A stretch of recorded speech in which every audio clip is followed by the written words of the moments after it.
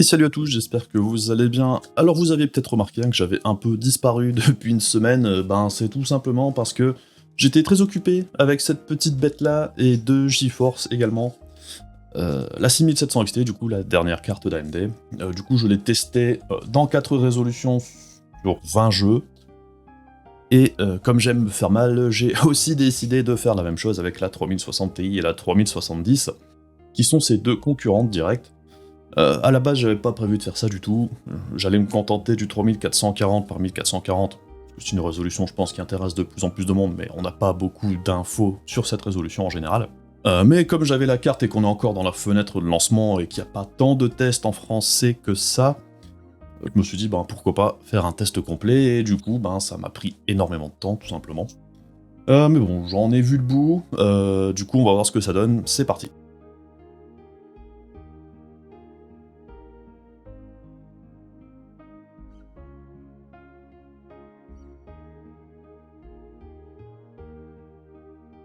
Alors la 6700 XT, la dernière carte d'AMD. Ici c'est le modèle Pulse de chez Sapphire, modèle d'entrée de gamme. J'ai pas réussi à mettre la main sur le modèle de référence d'AMD parce que le site d'AMD a juste explosé le jour de la sortie, comme souvent. Et il était quasiment impossible d'en choper une. J'ai vu qu'il y a quelques personnes qui ont réussi. Bravo à vous, c'est très très rare. Et donc du coup la Pulse, alors en fait elle est quasiment pareille que le modèle de ref, au niveau des fréquences et au niveau du système de ventilation également. Au niveau de ses performances, ça a l'air d'être à peu près la même chose.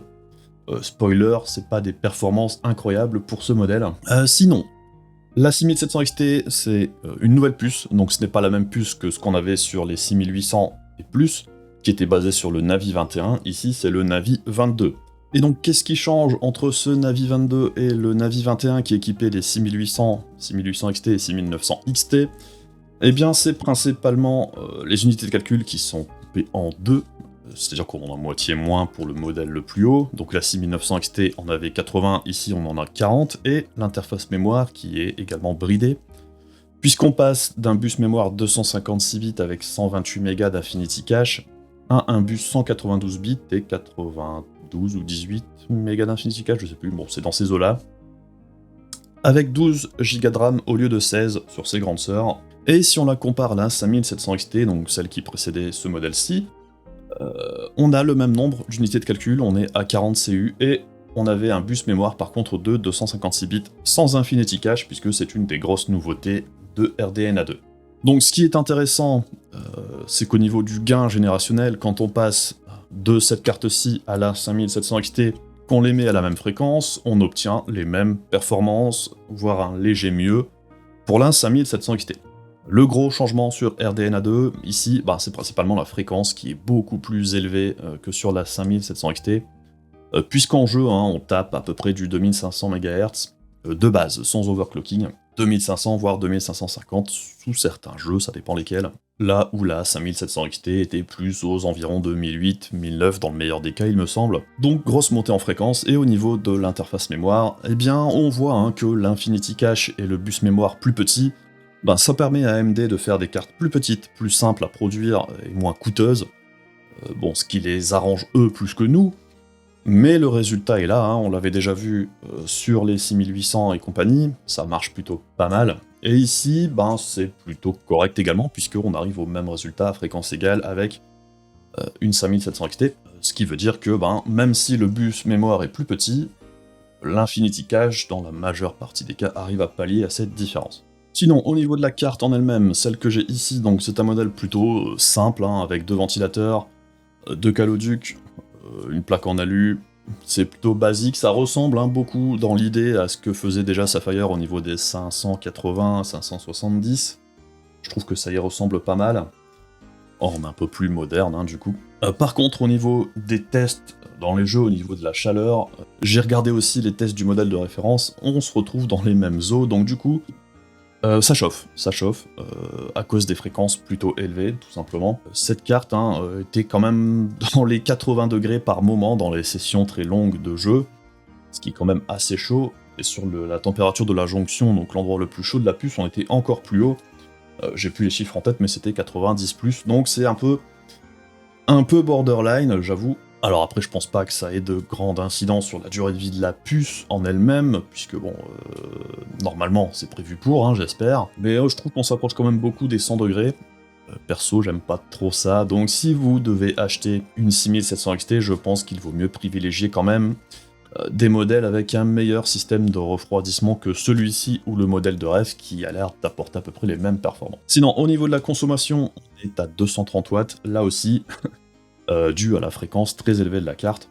On sent qu'AMD a poussé la 6700 XT le plus possible au niveau de la fréquence pour lui donner les meilleures performances possibles, afin de la positionner en face de la 3070. C'était probablement pas ce qui était prévu à la base, et à mon avis, on peut facilement imaginer qu'elle était plus positionnée pour se mettre en face de la 3060 Ti, que ce soit au niveau du tarif ou de la carte en elle-même et du design en lui-même. Ce qui fait que l'avantage consommation-performance qu'on avait sur les 6800 XT, 6900 XT par rapport à Ampère, ben ici s'envole un petit peu, puisque la carte est, je trouve, moins efficace que la 3070 ou la 3060 Ti au niveau du perf par watt. Donc... oui, AMD a clairement poussé sa carte pour la mettre le plus haut possible. Bon, alors dans l'idée, c'est pas bête, 230 watts de conso, c'est pas non plus horrible. C'est des valeurs qu'on retrouve depuis plusieurs années. Mais c'est quelque chose à garder à l'esprit. Au niveau du bruit, la carte n'est pas non plus horrible, elle fait pas un bruit incroyable. Elle est plutôt discrète au final, malgré des températures élevées. Par contre, dès qu'on tripote un peu à la courbe de ventilation pour la refroidir un peu plus, là, ça gueule beaucoup. Donc je dirais que Sapphire a réglé ça plutôt bien, malgré tout. Donc elle est plutôt discrète, ça chauffe pas mal, mais dès qu'on fait tourner les ventilateurs un peu plus vite, bon bah ça devient une turbine. Donc c'est plutôt gênant à ce niveau-là. Parce que bon, là où la 6800 XT avait une courbe de ventilation un peu débile pour moi, puisque bon, elle était très très silencieuse, mais les ventilateurs pouvaient tourner facilement un petit peu plus vite pour la refroidir beaucoup mieux, tout en restant vraiment très discrète. Du coup, la 6800 XT que j'utilise, les 3/4 du temps, je la fais tourner un peu plus vite au niveau des ventilos, puisque ça n'a pas de sens de la laisser vraiment à des valeurs si basses. Mais bon, ici, c'est pas le cas du tout. Donc, je suis curieux de voir ce que ça donnerait avec un modèle un peu plus costaud au niveau de la ventilation. Mais là, du coup, c'est un point un peu chiant pour moi, perso. Ce modèle-là, je le recommanderais pas vraiment, à part s'il est vraiment beaucoup moins cher que les autres, ce qui est peut-être le cas actuellement. On l'a vu passer chez Cdiscount à 500 balles 2-3 fois. Alors à mon avis, il devait y avoir une carte à la fois, parce que sinon, sur Cdiscount, on l'a vu à 500 balles, mais on l'a aussi vu à pas loin de 800. Il y a une petite différence pour la même carte, c'est un peu étrange, Cdiscount. Faudrait nous expliquer. Mais bref. Donc au niveau du test, on a 3 cartes. La 6700 XT, la 3060 Ti Founders et la 3070 Founders Edition également. On a 4 résolutions et 20 jeux. Les 4 résolutions, donc 2 en 16 neuvième et 2 en 21 neuvième, parce qu'ici on aime le 21 neuvième, on est la 21 neuvième family, bordel. Non mais si vous êtes en 16 neuvième, c'est bien aussi. Donc du coup le 1080p, le 1440p pour le 16 neuvième et le 2560 par 1080 et le 3440 par 1440 pour tout ce qui est 21 neuvième, et on verra que c'est plutôt linéaire au niveau de l'exigence matérielle au plus on augmente en résolution, avec évidemment le 3440 par 1440 qui est malgré tout très gourmand, on va le voir clairement sur les tests que ces cartes-ci commencent un petit peu à tomber quand on arrive dans cette résolution-là, et du coup par conséquent c'est très très probable qu'en 4K soit encore pire, tout simplement. Au niveau de ma config, pas de gros changements depuis mes derniers tests, on est toujours sur du 5800X, avec 64 Go de RAM. Alors au niveau de la RAM, j'ai rajouté 2 barrettes, tout simplement, donc on est passé de 32 à 64, mais ce sont les mêmes, du coup la différence n'est pas... ça change rien en jeu, concrètement. Tous les jeux sont installés sur un SSD en SATA de 2 Tera. Donc pour la 6700 XT, je rajoute que j'ai les résultats avec et sans Smart Access Memory, avec et sans ray tracing quand il y a du ray tracing, et Smart Access Memory pour le ray tracing aussi, et sans Smart Access Memory, j'ai fait ça sur tous les jeux. Pour les Nvidia, c'est pareil, il y a les résultats normaux avec ray tracing plus DLSS, et DLSS tout seul également quand c'est possible. Donc ça fait quand même un paquet de tests. Sur les graphiques, hein, comme vous le verrez, le chiffre en haut, c'est le FPS moyen, et le chiffre en bas, c'est le 1% low. Alors il y a des variations, hein, ça dépend de ce qui se passait, tout simplement. Il y a des fois des trucs un peu étranges, faudrait que je m'y penche un petit peu plus tard. Pour l'instant, c'est tel quel. C'est pas parfait, mais j'ai fait au mieux pour le moment. C'était mon premier gros test comme ça. Et c'était déjà très long. Ceux qui sont passés me voir en stream quand je faisais des benches peuvent s'apercevoir qu'en une après-midi, on fait pas forcément grand-chose. Alors aussi, hein, j'ai essayé de prendre plusieurs jeux différents, des moteurs différents. Après, je peux pas tester tous les jeux non plus, c'est pas possible, hein. Déjà 20, c'est énorme. J'essaierai de voir si je peux en changer un ou deux à gauche. Après, il y a des jeux qui sont pertinents, d'autres qui le sont moins. C'est pareil, hein, je sais plus, j'ai vu quelqu'un qui m'a demandé si je pouvais tester Minecraft RTX. Perso, je vois pas trop l'intérêt. On sait que les performances sur Minecraft RTX sont mauvaises sur les cartes AMD. Ça changera pas ici. Et même chez Nvidia, s'il n'y a pas le DLSS, c'est aussi hyper compliqué sur ce Minecraft RTX. Bon, pas grande utilité à mon goût. C'est pareil au niveau du choix des GPU, je peux pas tout faire. J'ai pas tous les GPU non plus. Quelqu'un m'avait demandé une 6800 tout court. J'aimerais bien tester la 6800 tout court. Le problème, c'est qu'il y en a pas. Et quand il y en a, elles sont très chères. Du coup, on fait avec ce qu'on a. Bref, on y va, c'est parti. Donc on commence avec Assassin's Creed Valhalla. Alors Assassin's Creed Valhalla, le dernier de la série, un jeu qui plaît particulièrement aux cartes d'AMD, donc on voit assez logiquement que elles se retrouvent devant les deux cartes d'NVIDIA sur ce titre, et on voit ici que le Smart Access Memory apporte un boost quand même appréciable de performance, qui fait que ça creuse l'écart encore plus par rapport au GeForce. Après, je rajoute également que tous les jeux sont testés quasiment au max du max possible, du coup, les performances sont un peu le cas le moins flatteur, puisque concrètement, si on passe d'ultra high à ultra ou voire en very high, les performances seraient bien meilleures et on aurait des chiffres bien plus élevés pour une qualité visuelle qui serait probablement très proche. Mais bon, pousser les détails au maximum, ça va permettre de pousser la carte au maximum également, mais gardez à l'esprit que vous pouvez très facilement avoir des performances bien meilleures pour un coût visuel vraiment anecdotique, si on pousse pas vraiment la carte aussi haut que ça. Alors ensuite, on enchaîne avec Control. Control, gros jeu qui plaît particulièrement aux cartes d'NVIDIA. Alors après, il y a aussi un partenariat avec NVIDIA, tout comme il y a un partenariat avec AMD pour Assassin's Creed. Du coup, c'est aussi des choses à garder à l'esprit. Sur PC, quand un jeu est sponsorisé par une marque, généralement, ça fonctionne mieux chez eux. C'est pas nouveau, hein, ça date de dizaines d'années, tout ça. Pour autant, est-ce que les performances sont catastrophiques? Non. Mais concrètement, il y a un avantage clair pour les cartes d'NVIDIA, et je dirais que ça s'accentue au plus on monte en résolution.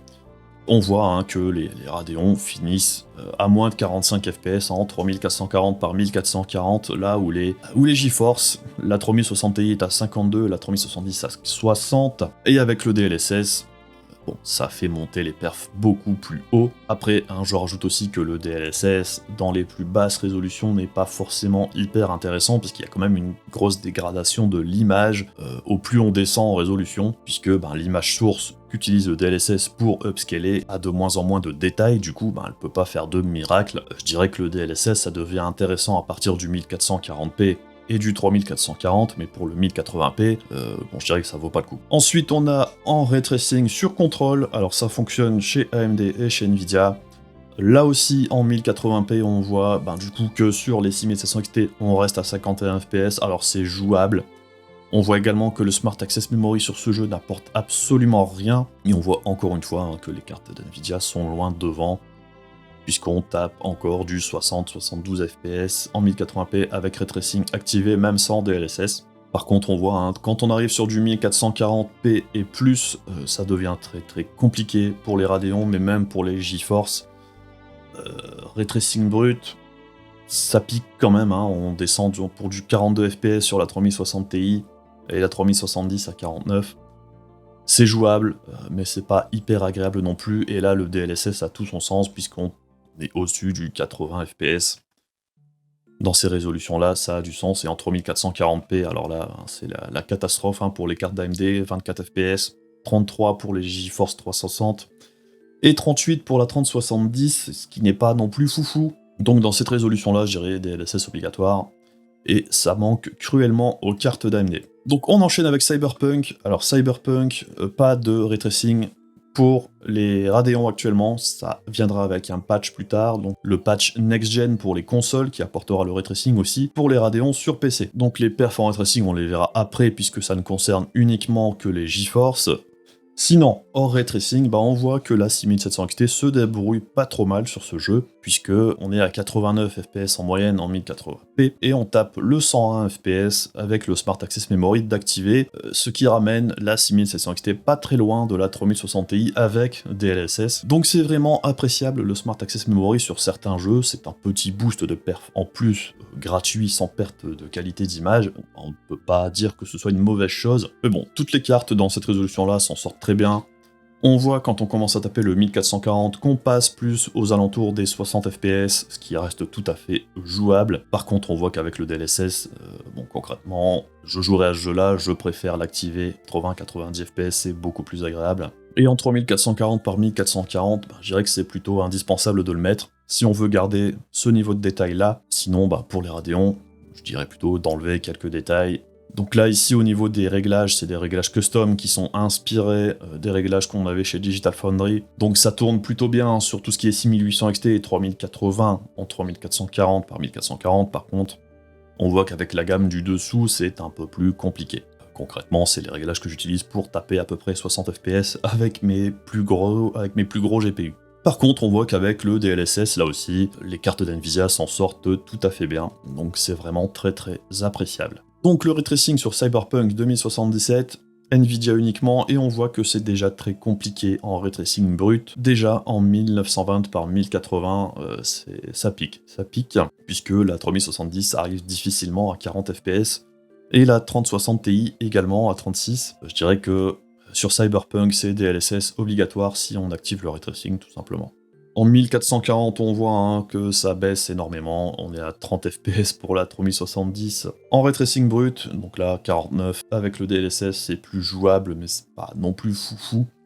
Et 39 pour la 3060 Ti, ça devient chaud, et on verra que en 3440 par 1440, alors là, le ray tracing brut c'est un slideshow, c'est dégueulasse. 19 FPS c'est injouable, 16 FPS encore moins évidemment. Et on voit que même le DLSS, on arrive péniblement à peu près 40 FPS pour la 3070. Là, clairement, faut enlever du détail. Pas possible, mais bon, je dirais que même sur cette résolution-là, avec ces cartes-là, faut pas mettre le ray tracing, tout simplement. On enchaîne avec Dirt 5, jeu de course de chez Codemaster. Ça tourne bien sur toutes les cartes, on voit que c'est très très proche au final, on est dans les 110-120 FPS sur toutes les cartes. On voit que le Smart Access Memory apporte un petit boost léger, mais bienvenu quand même. Et on voit que le classement est plutôt proche dans l'ensemble. Sans Smart Access Memory, on est au niveau de la 3060 Ti, et avec, on est au niveau de la 3070. Et c'est ce qu'on retrouve un petit peu tout du long. Au plus on augmente la résolution, on reste dans les mêmes eaux. Et entre 1440 par 1440, on voit qu'on finit par quelque chose de tout à fait fluide. On est dans les 80 FPS pour toutes les cartes, voire à peu près 100. Donc ça tourne pas mal. Far Cry 5, alors ça commence à être un peu vieux, on attend Far Cry 6, mais bon, c'est toujours un test intéressant à voir, puisque c'est un jeu un peu plus limité niveau processeur. Du coup, on retrouve en 1080p, avantage aux cartes Nvidia sur ce jeu, clairement. Et ce qui est intéressant aussi, c'est qu'on voit que le SAM n'apporte quasiment rien, voire fait perdre des performances à la 6700 XT. Il y a quelques jeux où c'est comme ça, pas beaucoup, mais on peut le retrouver malgré tout. Et on voit qu'au plus on augmente en résolution, ça reste pareil.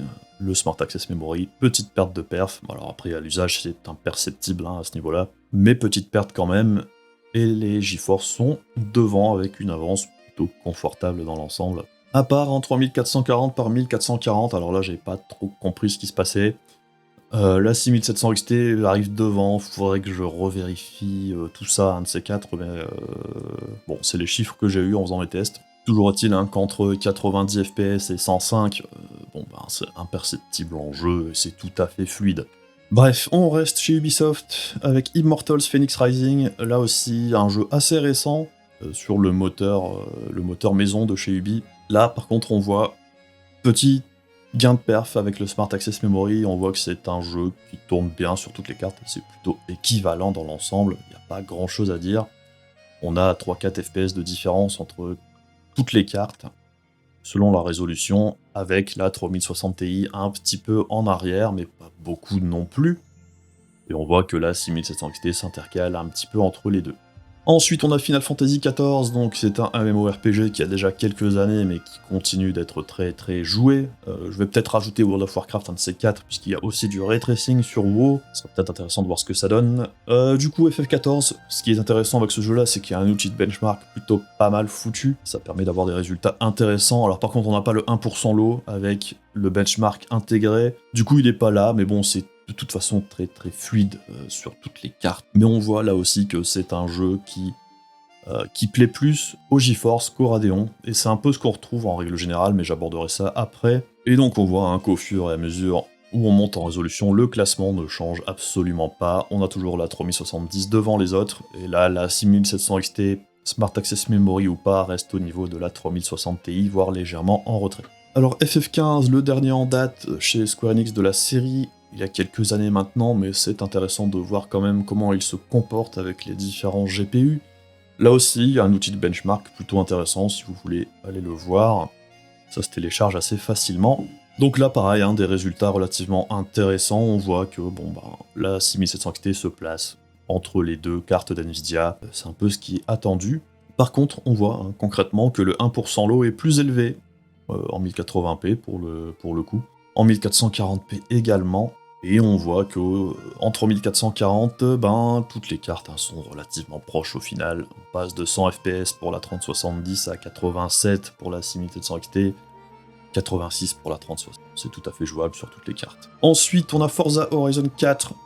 Intéressant, jeu très intéressant, particulièrement pour le Smart Access Memory, puisque vous ne rêvez pas, ces chiffres sont assez incroyables. Je l'ai refait les tests plus d'une fois pour être sûr. Et la seule différence, c'est bien le Smart Access Memory. Et là, ça paraît foufou, puisque le Smart Access Memory en 1080p apporte quasiment 40 FPS de plus. Donc on passe de 166 à 202 FPS, c'est quand même impressionnant. Du coup, la 6700 XT se tape des perfs pas très éloignés de la 3080, je pense, sur ce jeu, avec le Smart Access Memory. Donc c'est vraiment une des rares exceptions où le Smart Access Memory apporte vraiment un boost significatif, perceptible ici, pour le coup, par rapport aux autres jeux où parfois ça change presque rien, voire un petit peu plus, ou un petit peu moins de perf. Là, c'est quand même un joli boost de perf. Donc ça peut vraiment être une techno intéressante quand c'est bien exploité ou exploitable, je sais pas. Alors ensuite, on a le tunnel Gears of War. Alors j'ai mis 3 jeux de la série Gears. On a Gears of War 4, Gears of War 5 et Gears Tactics.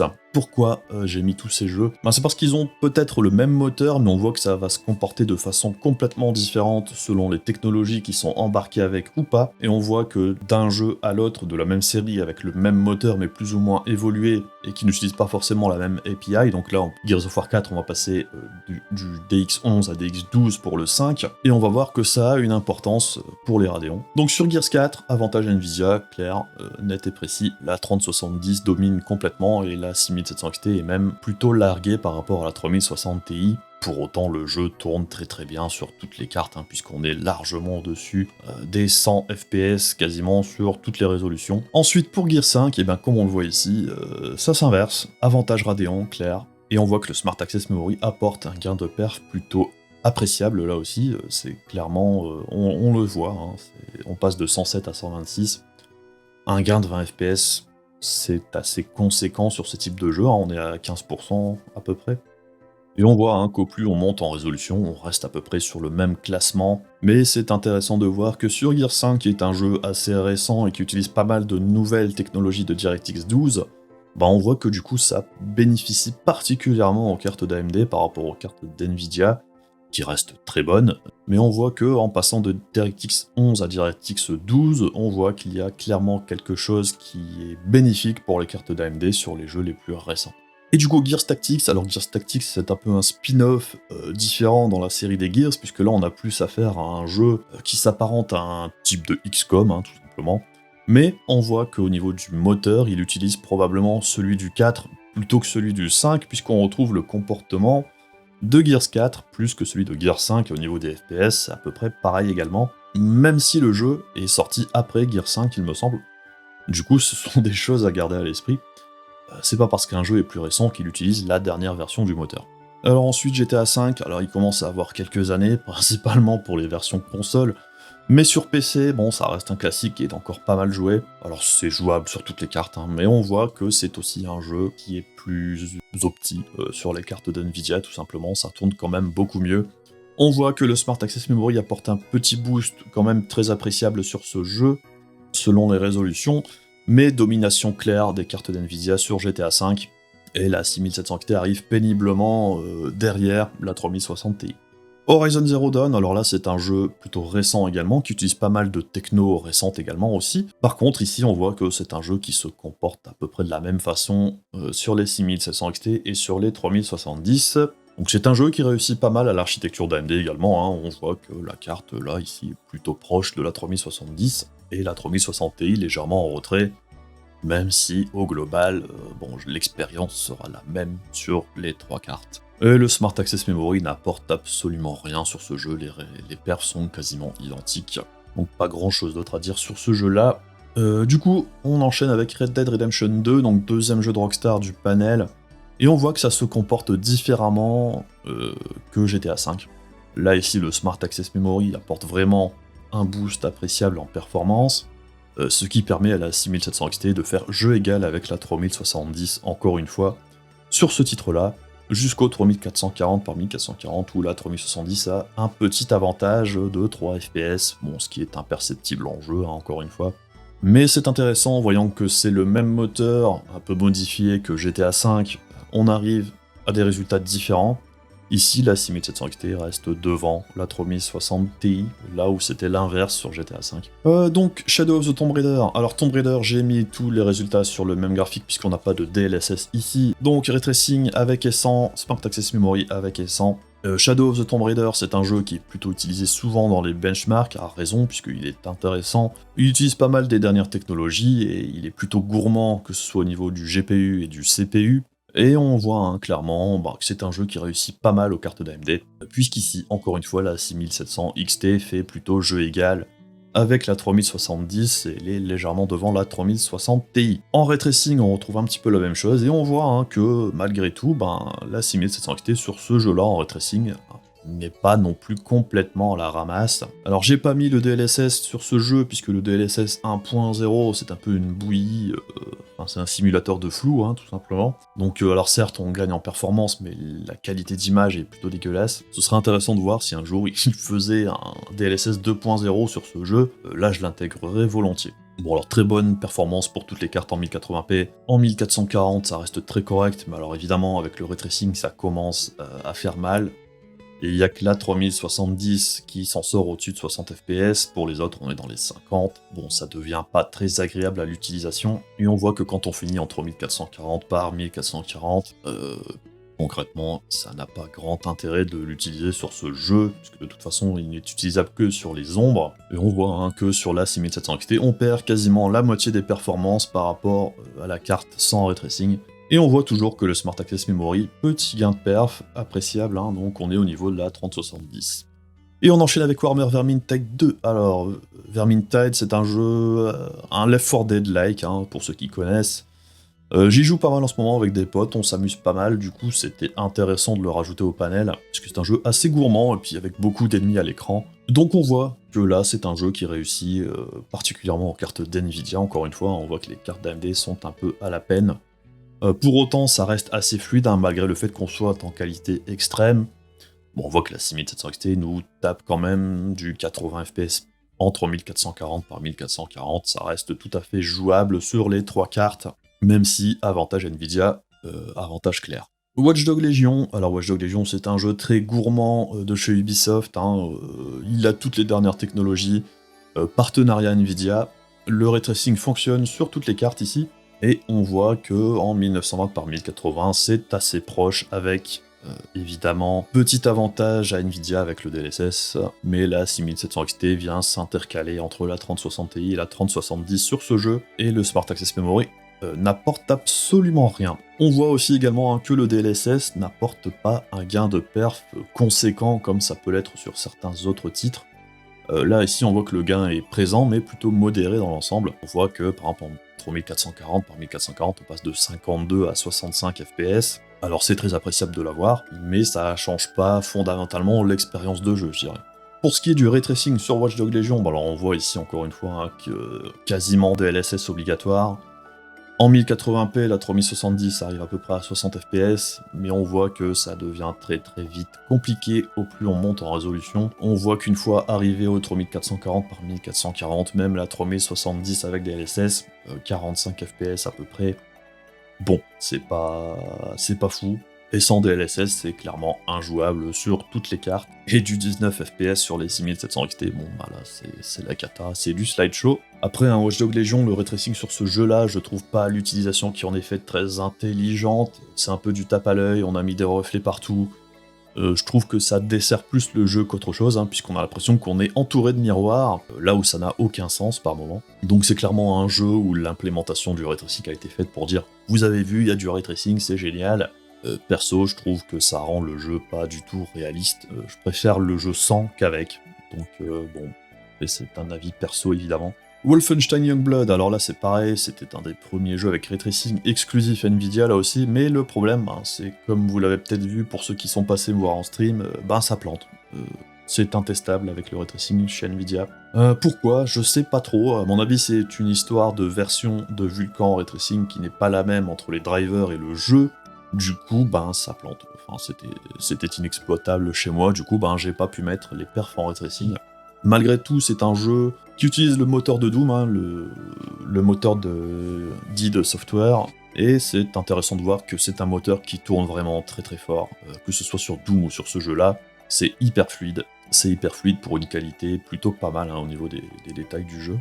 Très léger gain avec le Smart Access Memory, et on voit que là encore une fois, on se situe entre la 3060 Ti et la 3070. Et dernier jeu du panel, Yakuza Like a Dragon, donc le dernier épisode en date de la série Yakuza sur PC. Alors le moteur est un peu bizarre, hein, c'est un moteur bricolé chez Sega, bon ils ont un peu tiré sur la ficelle puisque c'est un moteur assez ancien, et concrètement les FPS affichés par rapport à ce qu'on voit en jeu, il y a un petit décalage, on va dire.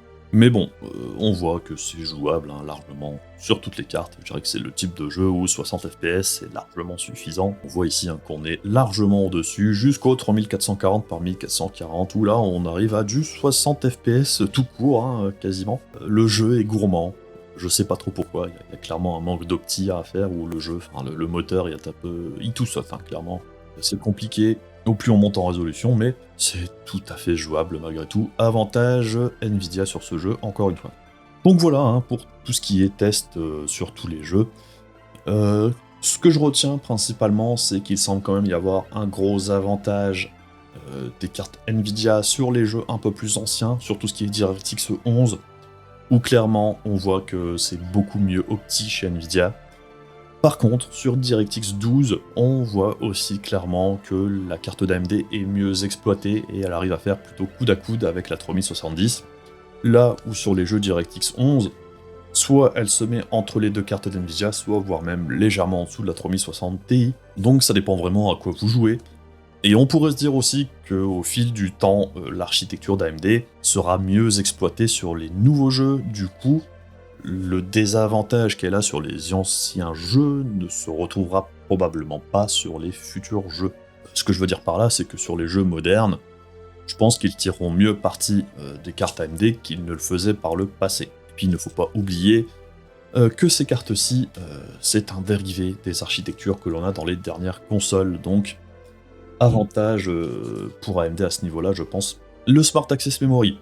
Alors on voit que selon les jeux, ça apporte vraiment un très très gros gain sur Forza Horizon 4, sur Gears 5, il me semble que c'est les deux exemples les plus parlants. Sur Cyberpunk aussi, c'était plutôt pas mal. On voit qu'il y a des jeux où ça baisse les performances. Bon alors après c'est plutôt rare et c'est pas non plus horrible, hein. On n'a pas de baisse de 10-15% quand ça arrive. C'est généralement 3-4% maximum. Bon, à l'usage c'est pas vraiment perceptible. En plus, c'est souvent sur des jeux un peu plus anciens qui tournent de toute façon déjà très bien. Alors le Smart Access Memory, on sait que ça va arriver chez Nvidia, on sait pas quand. Perso, je pensais que ça aurait déjà été fait. Quand on écoutait ce qu'on nous disait au moment où c'est sorti chez AMD, Nvidia était un peu en mode « bon, on va le sortir aussi, c'est plutôt simple, c'est déjà en test et ça fonctionne ». Ce qu'on a su depuis, c'est que l'implémentation d'AMD, donc du Resizable Bar, donc c'est le nom officiel de la techno derrière le Smart Access Memory, l'implémentation Smart Access Memory, ce n'est pas uniquement d'activer ou non la fonctionnalité, apparemment il y a un peu plus de boulot que ça qui a été fait derrière. Ce qui est peut-être pour ça qu'NVIDIA ne nous le sort toujours pas, peut-être que c'est plus compliqué que prévu et que ça n'apporte pas les gains espérés. Parce que dans les premiers tests que j'avais vus sur des tests sur des laptops où il y avait la fonctionnalité d'activer, on était plus à 1% de gain qu'à 15% sur Forza Horizon 4 par exemple. Donc on verra bien quand ça arrivera chez Nvidia si ça apporte le même niveau de perf en plus par rapport aux cartes d'AMD. Toujours est-il que chez AMD c'est plutôt appréciable et aucune raison de ne pas l'activer. Surtout que c'est compatible avec maintenant les Ryzen de génération 3000 et 5000, ça fonctionne. Si vous avez un Ryzen plus ancien, là pas de bol. Chez Intel, je sais pas trop comment ça se passe au niveau de la compatibilité. Est-ce que ça marche aussi bien que sur la plateforme Ryzen? Malheureusement, j'ai pas de quoi tester ça. Si quelqu'un a l'occasion de le faire, n'hésitez pas à le dire dans les commentaires. Au niveau du ray tracing, alors bon, clairement, la carte est en difficulté, tout comme ses grandes sœurs. Pas de grosses surprises à ce niveau-là, mais encore une fois, les cartes de Nvidia sont aussi à la peine quand on n'a pas de DLSS. Et je dirais que c'est un peu là le vrai problème d'AMD, c'est qu'il n'y a pas d'équivalent de DLSS de sortie pour l'instant pour aider la carte en ray tracing, puisque dans les autres résolutions et les jeux qui n'ont pas de ray tracing, je dirais que la carte s'en sort très bien. Donc, on sait que le DLSS d'AMD doit arriver en 2021. Bon, alors à mon avis, ce sera plus à la fin de l'année que d'ici 2 mois, puisqu'aux dernières rumeurs, c'est un peu l'estimation qu'on avait eue. Par contre, ce qui est intéressant, c'est que ce serait possible que ça fonctionne également sur les anciennes cartes d'AMD, RDNA1, donc les 5600 XT et les 5700. Ça devrait marcher aussi, donc c'est plutôt une bonne nouvelle à ce niveau-là. Mais c'est clairement une feature importante qui manque aux cartes d'AMD, qui les rendrait quand même beaucoup plus attractives pour tout ce qui est ray tracing. Après, le ray tracing d'AMD est encore très jeune, il manque encore beaucoup d'optimisation. J'ai vu pas mal de threads sur Twitter à ce niveau-là, et il y a des optimisations qui arrivent, donc les performances, même hors DLSS-like, devraient s'améliorer légèrement sur les cartes d'AMD. Bon, à mon avis, on restera toujours en retrait par rapport aux cartes d'NVIDIA, mais on peut s'attendre à un petit gain de performance à ce niveau-là d'ici peu, on l'espère. Sinon, que penser de cette petite carte au final et de cette puce moi, ce qui m'embête, c'est qu'elle est trop chère, tout simplement. Au niveau du placement tarifaire, c'est un peu incompréhensible. 480 balles, le modèle de référence. Je trouve que ça la place beaucoup trop près de la 3070. Alors certes, elle a 4 Go de RAM en plus, c'est un argument pour la pérennité de la carte en général, mais je trouve quand même que la 3070 est plus équilibrée, et la 3060 Ti également. Si j'avais à choisir quelle carte je voudrais garder dans mon système entre toutes ces cartes-là, entre ces 3 cartes-là, concrètement, ce serait pas celle-ci. Je préférais avoir la 3070 ou la 3060 Ti que cette 6700 XT dans mon système, puisque même en dehors des performances brutes, évidemment chez Nvidia on a donc le DLSS qui commence à être de mieux en mieux implémenté dans quasiment tous les jeux, enfin dans énormément de jeux maintenant, le ray tracing plus rapide. On a aussi tout ce qui est encodage, performance en applicatif qui sont meilleures que sur les cartes d'AMD, puisque ces cartes, le RDNA2 est vraiment orienté gaming uniquement, je dirais, là où les cartes d'NVIDIA sont un peu hybrides, donc elles ont de meilleures perfs en applicatif, donc si c'est un argument pour vous, c'est quelque chose aussi à garder à l'esprit. Pas de RTX Voice chez AMD, pas d'encodage de bonne qualité chez AMD, il y a pas mal de features qui manquent par rapport aux cartes d'NVIDIA, du coup, c'est quand même difficile de se dire qu'à 480 balles, là où le prix de la 3070 Founders Edition, 520 balles, est vraiment très proche, puisque bon, si vous la trouvez à 480, n'oubliez pas que sur la boutique d'AMD, il y a aussi des frais de port, ce qui la ramène plus proche des 500 balles que des 480, et à 20 balles de diff, je préfère la 3070. Et si on doit aller en dessous, à 420 balles, je préfère la 3060 Ti que de rajouter 80 balles pour celle-ci. Donc en perf prix, la 3060 Ti reste la meilleure. Au niveau des performances brutes, la 3070 reste la meilleure, et celle-ci, C'est une très bonne carte, hein, attention, je dis pas que c'est une mauvaise carte, c'est un très bon GPU, ça fonctionne très très bien, c'est très fluide sur tous les jeux quasiment, même en 3440 par 1440, la carte peut faire le taf, avec quelques concessions au niveau des détails sur certains jeux, mais bon, ce serait passer du ultra high au ultra au very high, rien de dramatique. Par contre, ce qui va pas, c'est le tarif. Pour moi, ça aurait dû être 450 grand maximum, pour vraiment la caser entre la 3060 Ti et la 3070, puisqu'effectivement, les 4 Go de RAM, c'est un argument, mais pas plus que ça. Au niveau du tarif, ça vaut pas plus que ça. Donc même si on fait abstraction de la situation actuelle très compliquée au niveau de l'approvisionnement et compagnie, alors à 480 balles, c'est déjà pas l'affaire du siècle, c'est une alternative aux cartes d'NVIDIA, mais alors à 700 balles et plus, clairement pas. Enfin, personnellement, jamais de la vie. C'est beaucoup trop cher pour ce que c'est, mais c'est pareil pour la 3070 ou la 3060 Ti, hein, ça vaut pas 600, 700 balles. Non. Après, vous pouvez peut-être vous demander du coup pourquoi AMD l'a positionnée comme ça, à ce prix-là, tout en sachant qu'elle était moins puissante que la 3070 au global. Ben tout simplement parce qu'ils le peuvent, dans la situation actuelle. Pourquoi la vendre moins cher? Parce que de toute façon, ça part. Même à 800 balles, elle part, moins facilement que les cartes d'NVIDIA, j'ai l'impression quand même, mais elle part quand même. Et il faut pas oublier qu'AMD n'est plus le AMD d'avant. Je dirais que maintenant, ils cherchent plus à faire le plus de bénéfices possible, là où avant, ils étaient plus agressifs au niveau du performance-prix. Je dirais que ça, on l'a perdu. Malgré tout, à 480 balles, c'est pas un mauvais deal, c'est juste que c'est pas un bon deal non plus. Enfin, je dirais qu'on est dans la zone, bof, un peu comme la 3060 d'NVIDIA, qui n'est pas un mauvais deal à 330 balles, mais qui n'est pas non plus un excellent deal à 330 balles. On est dans cette zone de bof. Donc voilà. Parce qu'après, ce qui est gênant aussi avec la situation actuelle, c'est qu'on retrouve cette carte-là à 700-800 balles, c'est un peu le prix de la 2080 Super qui a à peu près les mêmes performances que celle-ci. Et qui a 3 ans, donc c'est plutôt gênant. Puisqu'au final, au niveau performance-prix, on est à la même situation qu'il y a 2-3 ans au final. Bon alors après, oui, c'est temporaire. Après, concrètement, je pense que le prix de cette carte va rester là où il est à 480 balles le temps de la pénurie. Par contre, je serais pas surpris que ça baisse après. Ça restera pas à 480 balles tout le long, je pense qu'il y aura une baisse de prix, puisque hors pénurie, ce tarif ne se justifie pas, et ce serait difficile de la vendre hors pénurie à 480 balles, j'ai l'impression quand même. Donc on verra comment ça évolue. Au niveau de l'approvisionnement, le jour de la sortie, c'était pas terrible, très peu de cartes sur le site d'AMD. Sur les sites partenaires, c'était très cher. Alors après, c'est pas forcément la boutique qui fait que le prix soit élevé, c'est aussi les partenaires d'AMD qui se rincent allègrement sur leurs cartes. Puisque vous avez remarqué que toutes les boutiques maintenant ont des tarifs assez abusés. C'est pas forcément de leur faute, même s'il y en a qui abusent plus que d'autres. Alors après, jeudi, cette semaine, on a vu, deuxième drop chez AMD. AMD nous avait dit, toutes les semaines, des cartes modèles de ref à vendre sur le site officiel d'AMD. C'est à garder à l'esprit, les drops, ça se passe le jeudi vers 17h30. Cette semaine c'était 18h30, mais avec le changement d'horaire, à mon avis, ça devrait revenir à 17h30.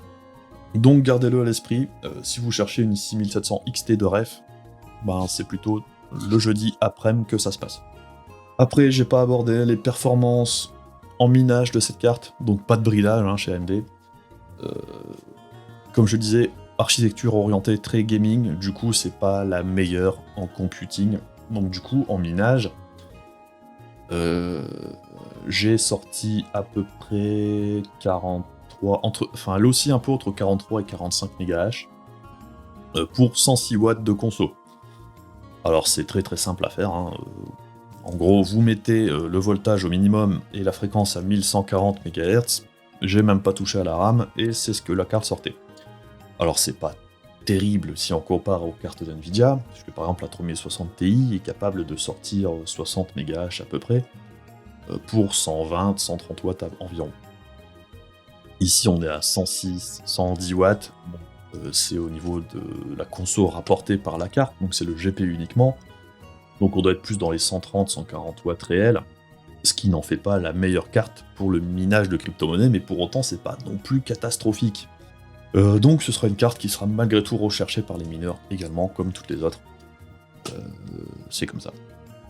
Bon, bah je pense que j'ai fait un petit peu le tour de tout ce qu'il y avait à dire sur ce GPU, sinon dans l'ensemble, je préfère Navi 21 que ce Navi 22, je préfère la 6800 XT que celle-ci, hein, même en dehors des perfs brutes, évidemment la 6800 XT est quand même un bon cran au-dessus.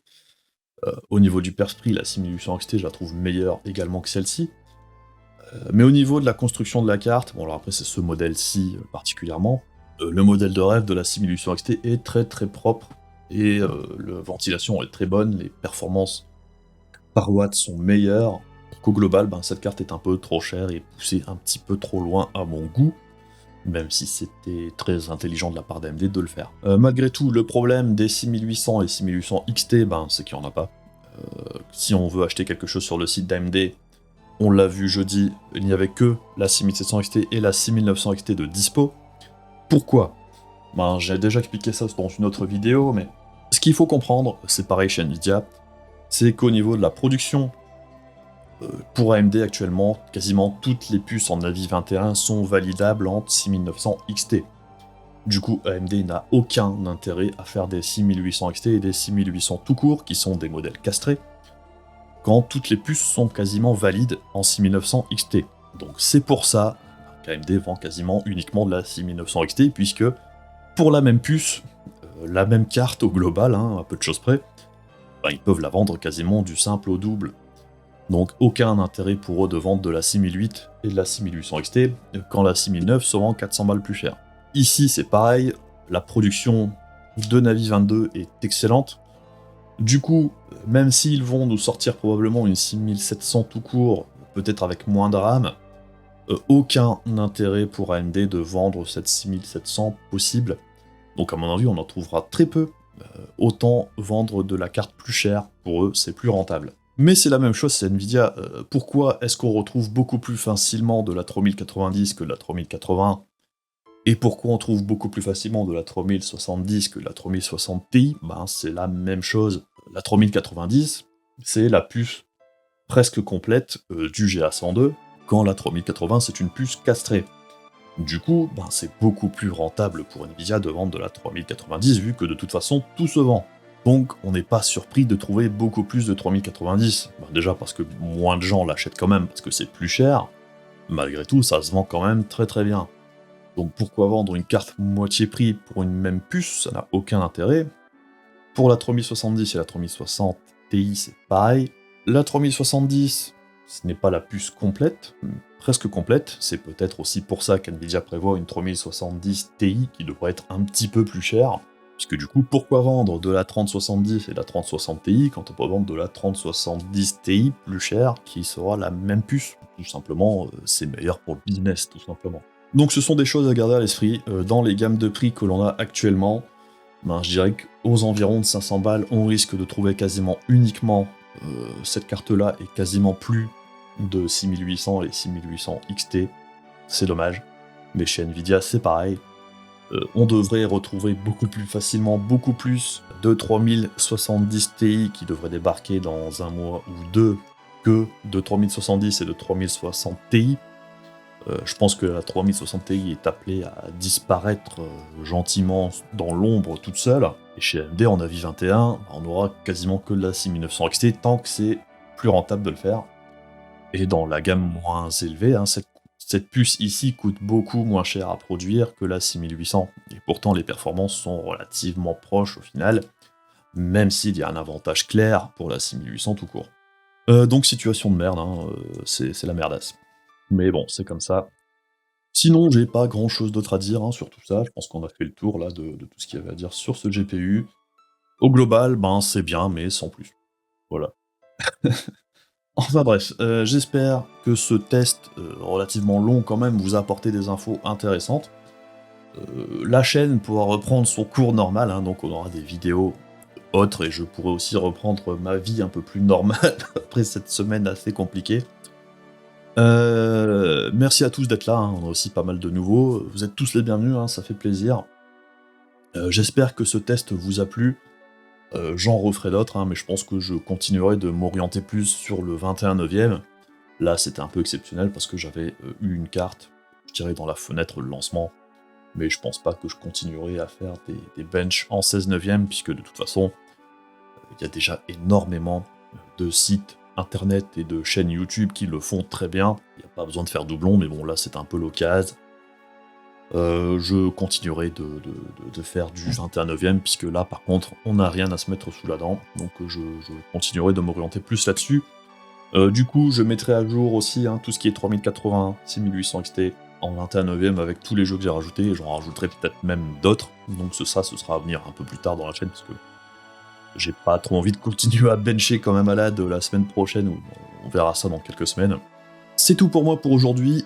Comme d'habitude, n'hésitez pas à poser des questions dans les commentaires, n'hésitez pas à passer sur Facebook, sur Twitch, sur Discord, tout est dans la description ou sur ma chaîne YouTube quelque part.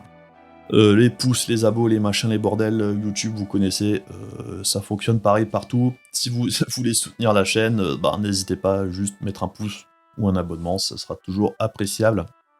Et c'est tout pour moi pour aujourd'hui, je vous fais des bisous, à la prochaine, salut!